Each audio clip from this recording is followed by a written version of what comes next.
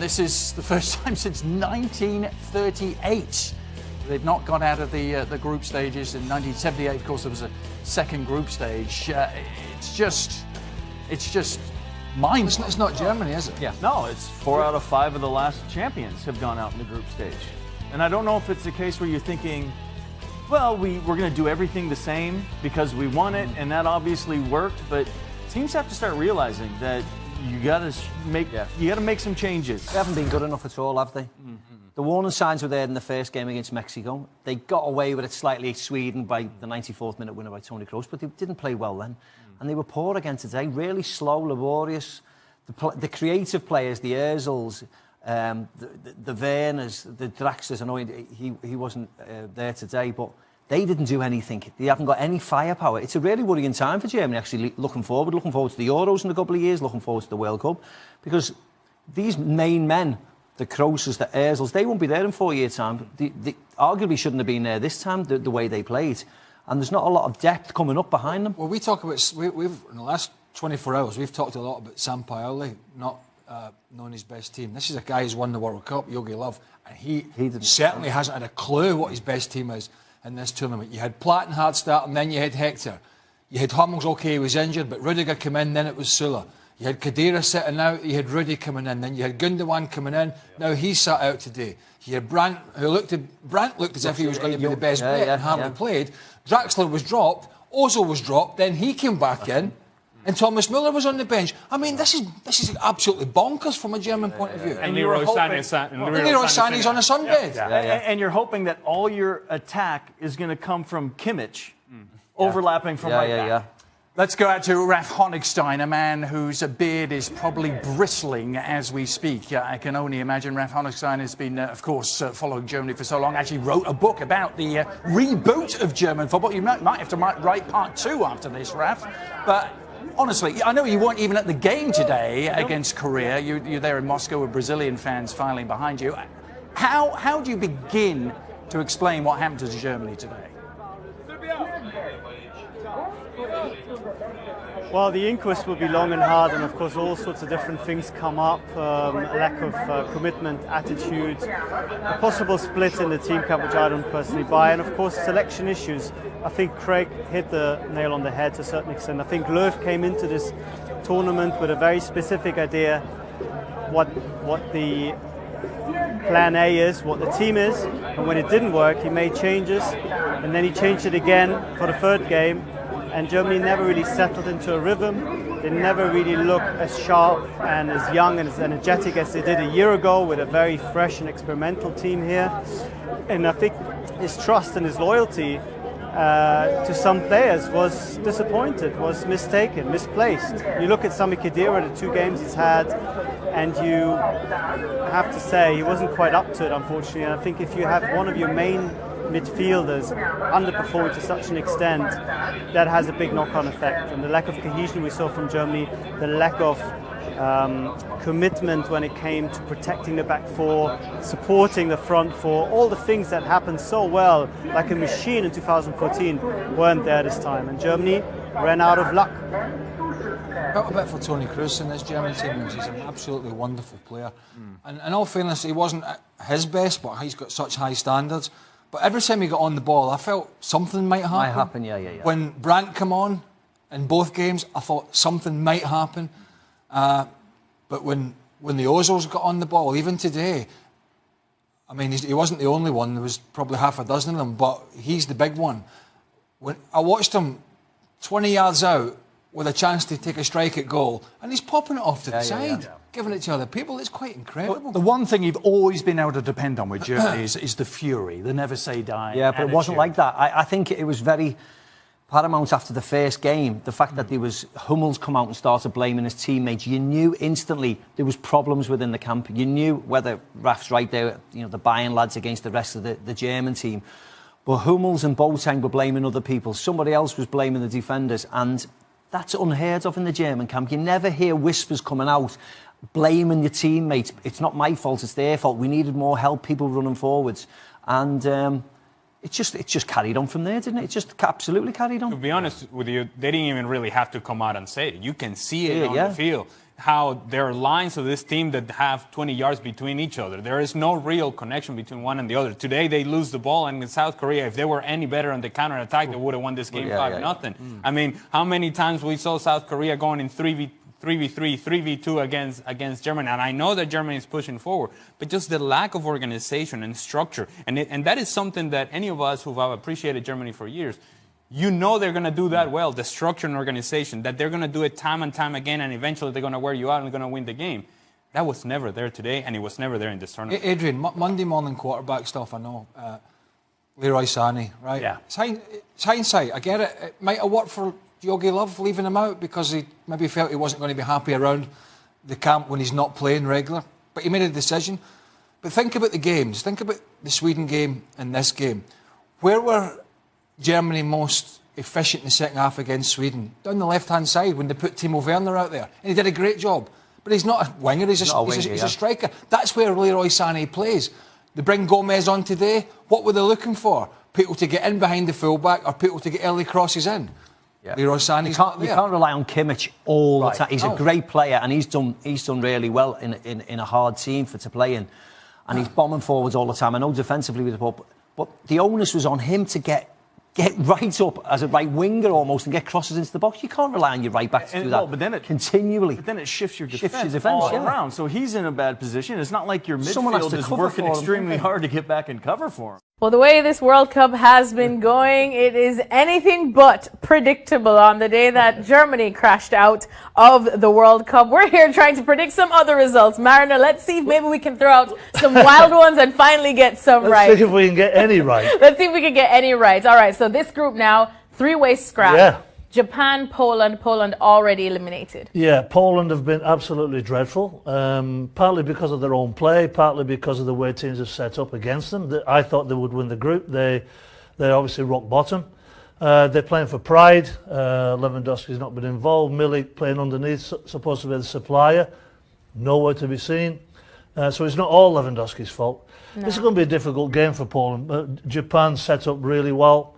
But I'm going to give Poland a little bit of a break. Paul Mariner. Yes, I am. You see, I was going to throw Poland out there too, because even though we know that we tend to underestimate the whole playing for pride thing, but as we have seen from some of the other group action matches, that's a big thing as well. But I'm still going for Japan. All right, they know that the stakes are high, so they have to absolutely go for it. Senegal, Colombia. Talking about stakes that are high, obviously Colombia have got to win this game. Yeah. I think with the momentum of the previous game, I thought Cuadrado, I thought James Rodriguez was absolutely sensational. You got Falcao getting on the score sheet, looking very lively. Senegal have got to be disciplined. They've got to have an eye on James. If James gets his head up and he can find Cuadrado on the fast break, I see Colombia winning this game. It's not going to be easy, but I just think they've got a little bit more than Senegal and Mane. Mane with his fast break, if they can get that going. But Colombia are aware of that, so I'm going to go Colombia. You know what, Paul Mariner? You smart man, you. I'm going with Los Cafeteros as well. All right, moving on to the next group one. Come on. This might be of some interest to you. It's England's group, and finally the test that we've been waiting England to have, as well as Belgium too. Yeah. So who's going to get the bragging rights, and who can top the group? Well, it looks like Lukaku's going to be out for this game. He seems to have an ankle injury. Martinez has said that he's going to change his team. Whether he does is, I don't know whether that's just manager speak for trying to con Southgate. I'm a firm believer of momentum, and if the players are in good fettle, good form, play the lads. Harry Kane wants to score goals, and against his Belgian side, against all his mates from Tottenham. So you're going for Belgium then? Yeah. Who's this? Oh, the mighty Three Lions. Oh, there's a George in your heart. Keep you English. Well, just for that, I love London, you know that, and I hope that you invite me back again this year, but I'm going to go for Belgium in this one, just because. No, you're not. Come on, Maras, we can't agree on everything. All right, finally this one, pride to play for both teams. Panama, Tunisia, you saw how much it meant for Panama to get their goal last time. Can they do another one? Well, tongue-in-cheek, this is a battle of the defences. Not. I mean, these teams... That's what I said. Go get the goal. These teams are so open, so porous, it's absolutely ridiculous. Panama, for me, have been very, very disappointing from CONCACAF region. I'm going to go with Tunisia. I think they've just got enough. I think they may score one more goal than Panama. Well, just for that, I'm going to go with Panama and cheer for the CONCACAF region because, of course, that is my region. Hey! All right. Thank you so much to Paul Mariner. Hopefully, one of our predictions comes true this time because it's been an absolutely unpredictable World Cup, but that is why we love it and continue keeping track of it right here at ESPN FC. What a day at the World Cup today. Paul Mariner joining me. What a day in Group F action. The defending champions, Germany, have crashed out in the group stages. Now, if we look at how the table stands after what we saw today, Sweden topped the group. Mexico go through as runners-up. South Korea with a brilliant 2-0 win over the Germans, and Germany finishing dead last. Mariner, where can we even start to explain the absolute shambles campaign that they have had? Well, first of all, wow! Wow, indeed. You sort of expected them to find their way at some point. Everybody watching that game, we thought that with all the pressure that was coming to bear with Germany, 74% possession, that just goes to show. Stats sometimes don't mean anything. But I must say, Lex, they were sluggish in the attack. Ozil wasn't his normal self. Couple of pianos on their back, you were saying. It was, struggling so to build up goals. I mean, look. The thing is, when you have 24 shots and you only get 4 or 5 on target, there's something wrong with that team. The finishing was atrocious. They're putting the ball in the box.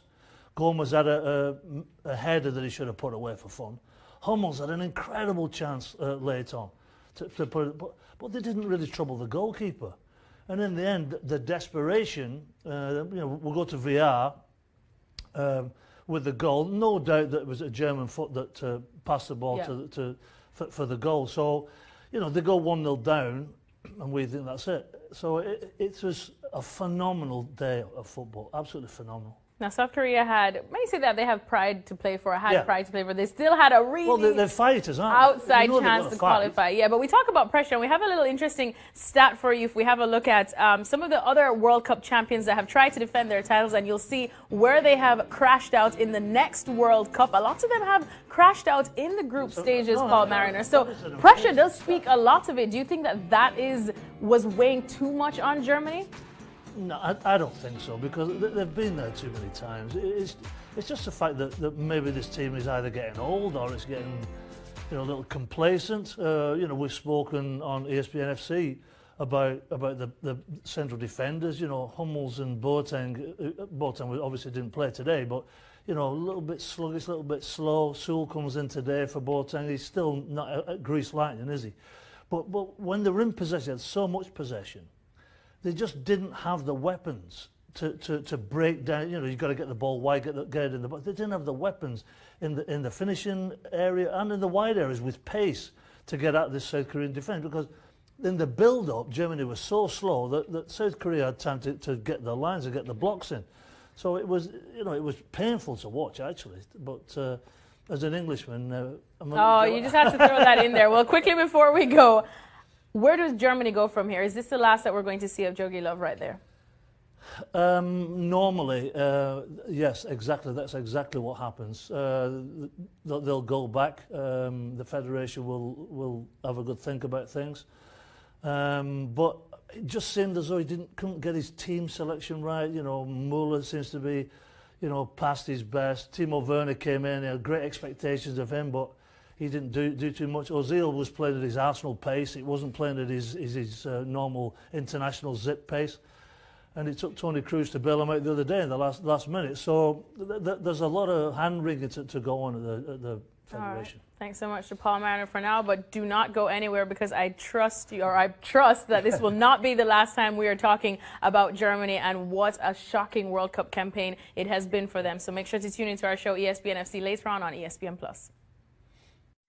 Paul Mariner is joining me as we look back on Group F action. That is the group that had the defending champions Germany, and best believe they are not going through. Instead, look at the standings. It is Sweden that tops the group after a great win over Mexico, who were absolutely flying high. Some nervy moments as Mexico were depending to see if Germany would pull something out of that game against South Korea, but in the end they didn't, so Mexico go through as runners-up. Maris, let's start off with Mexico, because for the first time Juan Carlos Osorio didn't didn't change his team. He went with the same team. But do you think that was a bad move this time? Because it is tough to constantly sustain that high intensity pace that Mexico have been playing at. Only he knows the answer to that question, because I'm a firm believer of momentum and keeping it going. If the boys are fit and they're not in any red zone from the medical team, play them, because you as a player you want to get into your rhythm, you want to keep scoring goals, you want to keep that intensity going. But I'll tell you what, they were matched today with Sweden. Everybody's harping on about Sweden, they're a big tall team. So what? They're very, very well organised. Technically they're very good. They've got difference makers, whether it's aerially or whether it's on the deck, and they create problems. Defensively very solid, and in the opposition box very dangerous. All right, well, if we had a look at all our predictions before the World Cup started, I don't think any of us predicted that Sweden would top the table. Some possibly didn't even have them going through, except for maybe a certain Zlatan Ibrahimovic who was tweeting it all about. So now that we see this Sweden, and we have been praising them and saying they are such a disciplined, tight unit, how far could they make a run in this World Cup now? Well, it all depends what comes out later today. We're not quite sure. I think who they meet in the next round is either Brazil or Switzerland. Difficult games. But look, the Swedish side, they're very resolute. They work so hard for each other. We harp on about the pattern, what system are they playing, and what are the lines like, the blocks. They're difficult to break down, and you know that they're going to create chances in the attacking third with the aerial threat or on the deck. So I must say, before the tournament started, I think most people had Germany, hands down going through, and then would it be Sweden or would it be Mexico? We never saw this coming. I most certainly never saw this coming, that Sweden would top the group. But I'll tell you what, hats off to Anderson, the coach. He's done a fantastic job. His enthusiasm on the training ground and his enthusiasm at the stadium on game day is there for all to see. He's passionate guy. All right, what a day. Thanks so much, Maras. That's Group We're not over yet. No, we're not over yet. There's still plenty more action to come from the World Cup. Keep tracking it here at ESPN FC, and make sure to catch our show later on ESPN+. Hercules Gomez, Sebastian Salazar from just outside Ekaterinburg Arena, where we just saw Mexico lose 3-0 to Sweden. Before we get into the fact that Mexico is still alive in this tournament, Herc, it must be said, this was by far the worst Mexican performance we have seen in Russia. Easily. And it was self-implosion. It was the way they played that really hurt. Mexico beat themselves. Give credit to Sweden, but they played into the hands of Sweden. They tried playing a transition game with Sweden. They tried playing a game where they can combine through the middle. Sweden was very compact, very disciplined. They didn't allow much in between the lines. And when Mexico was caught giving the ball away cheaply, they paid for it.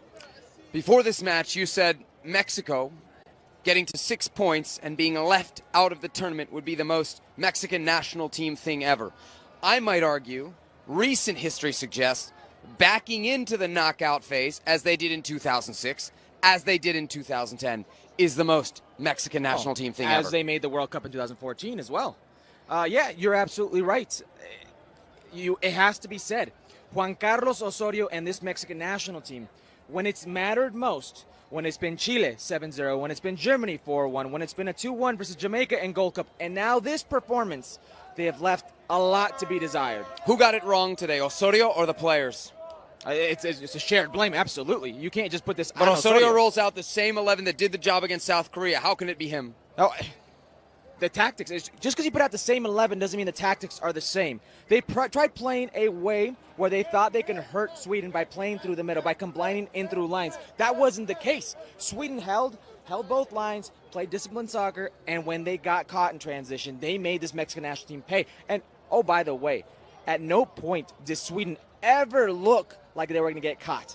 They had maybe one or two individual moments by Carlos Vela in the first half where you saw a little bit of danger. But every time Sweden had a set piece, every time Sweden was in transition, you held your breath. Mexico will advance out of Group F as second place. Now, after the win against Germany, a lot of people were saying this Mexican team can not only dream of El Quinto Partido, the elusive fifth game, but maybe perhaps even more. Does this result, does this performance change what you think now the ceiling is for El Tri? It does. It does. I was in that camp as well. I thought after that performance versus Germany that this was going to be different for the Mexican national team. But after what I've seen, not only from the Mexican national team, but from Germany, that's all erased. Now you're going into the next round where you're potentially going to face a Brazilian team that's getting stronger with the Neymar that's getting close to 100%. I know I told you before that if I'm a Mexican national team fan, or a Mexican national team coach or player, I want Brazil because I think they match up better. But after this performance, wow. Agridulce, bittersweet today for Mexico. However, El Tri are through to the knockout round for a pretty impressive 7th straight World Cup.